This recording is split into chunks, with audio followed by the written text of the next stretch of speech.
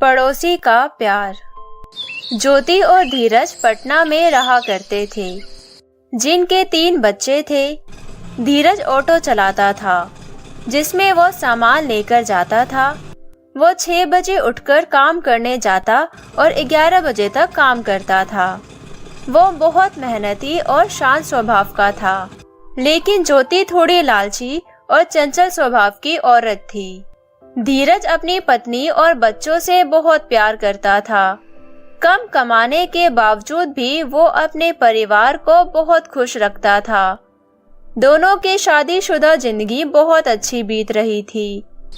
एक दिन धीरज का दोस्त मिलता है और धीरज से कहता है, तुम तो बहुत बड़े आदमी बन चुके हो, हम तो सामान इधर से उधर करके जिंदगी काट रहे हैं। मेरा भी सामान छोड़ दिया करो, मुझे दूसरे ऑटो से सामान भेजना पड़ता है और तुम्हारे 2 पैसे भी बन जाएंगे। अच्छा, वैसे तुम रहते कहाँ हो? तभी धीरज अपना एड्रेस बताता है और कहता है, कभी मिलने आना। ठीक है मेरे दोस्त, टाइम मिलने पे आऊँगा। अगले दिन अशोक धीरज से मिलने जाता है और मिलकर कहता है, अरे मेरे दोस्त, कैसे हो? अरे नमस्ते भाभी जी। तभी धीरज अपनी पत्नी ज्योति से कहता है, ये देखो ज्योति, ये मेरा दोस्त है। कुछ साल पहले मिले थे, लेकिन अब ये बहुत बड़ा बिजनेसमैन बन चुका है।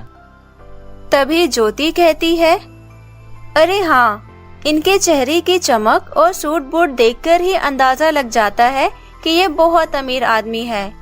अशोक जी, आते रहा कीजिए इस गरीब की कुटिया में। जी बिल्कुल भाभी जी, मैं पास में ही अपने पत्नी के साथ रहता हूँ। तभी अशोक कुछ पैसे निकालता है और धीरज से कहता है, मेरे दोस्त, बहुत दिनों के बाद मिले हैं, चलो फिर पार्टी करते हैं। जाओ कुछ लेके आओ खाने पीने के लिए। धीरज पैसे लेकर जाता है। धीरज के जाने के बाद अशोक ज्योति से कहता है, और भाभी जी, क्या सब चल रहा है? बस ठीक ही है, 3 बच्चे हो गए हैं, जैसे तैसे घर चलाते हैं आपके दोस्त, लेकिन कभी घुमाने लेकर नहीं जाते। फिर अशोक कहता है, भाभी जी टेंशन मत लो, अब हम आ गए हैं। आपको जहाँ घूमने जाना है मैं लेके जाऊंगा आपको। और वैसे भी आप बहुत खूबसूरत हैं। इतनी अच्छी बीवी तो किसी किस्मत वाले को ही मिलती है। इतना सुनकर ज्योति अशोक की तरफ अट्रैक्ट होती है और मुस्कुराती है। और तभी अशोक कहता है, भाभी जी, आपके 3 बच्चे हैं, लेकिन लगता नहीं है कि आप 3 बच्चों की माँ हैं। क्या करें, हम हैं ही इतनी खूबसूरत। इतनी देर में धीरज कुछ खाने पीने का सामान लेकर आ जाता है। फिर वो खाना खाने के लिए बैठ जाते हैं और फिर अशोक कहता है, अरे धीरज, कैसा चल रहा है? किसी तरह कट रही है जिंदगी।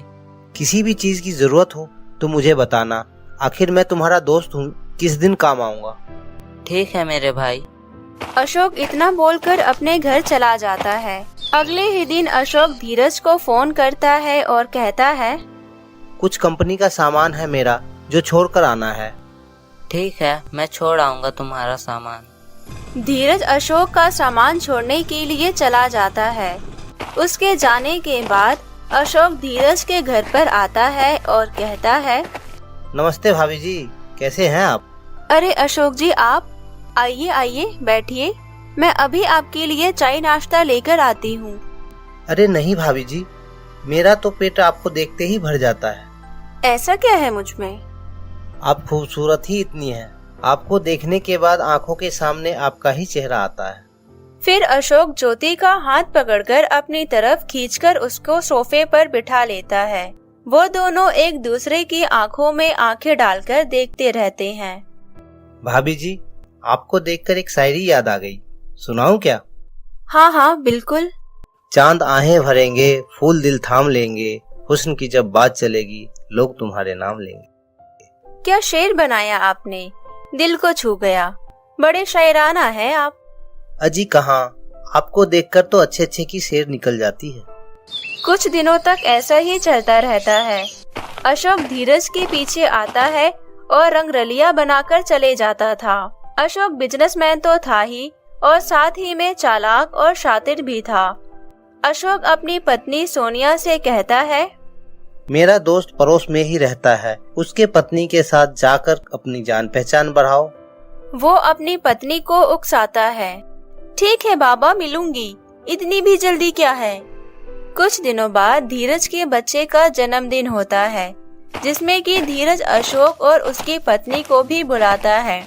इसी बहाने अशोक धीरज के बच्चों के लिए कपड़े लाता है और धीरज की पत्नी के लिए भी कुछ छोटे कपड़े लाता है। वो कपड़े जब ज्योति पहनकर आती है तब अशोक बोलता है, भाभी जी, यू लुकिंग वेरी हॉट।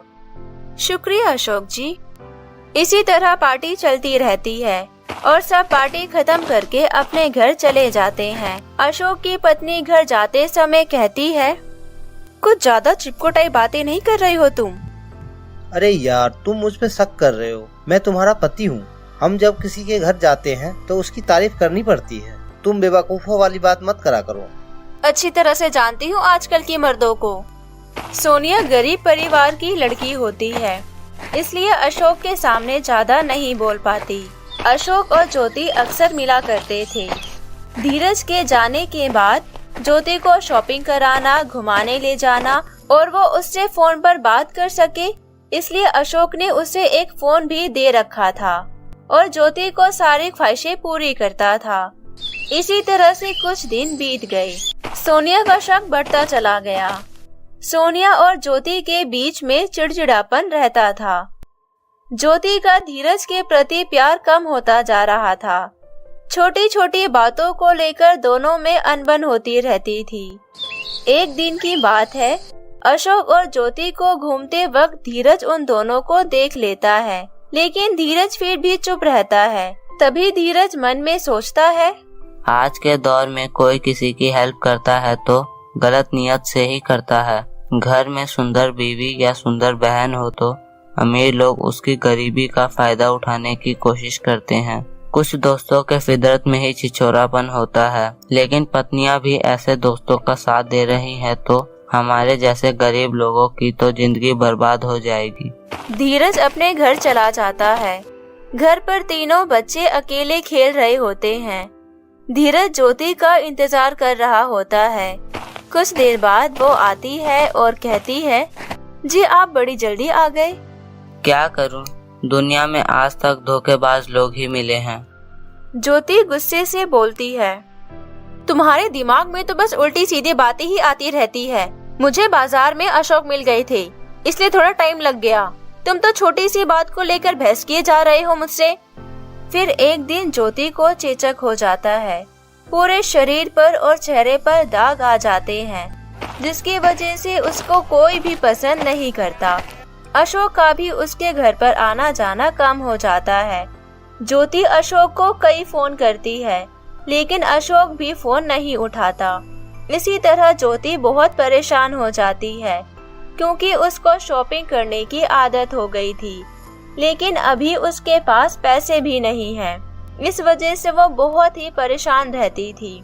इस तरह से वो सोचती है, अशोक कुछ पैसे खर्च करके सिर्फ मेरा इस्तेमाल करते थे, जैसे कि एक शराबी शराब पीकर बोतल को फेंक देते हैं। इससे अच्छा तो मेरा पति था। थोड़ा सा डांटते जरूर थे, लेकिन मेरा अच्छे से ख्याल रखते थे।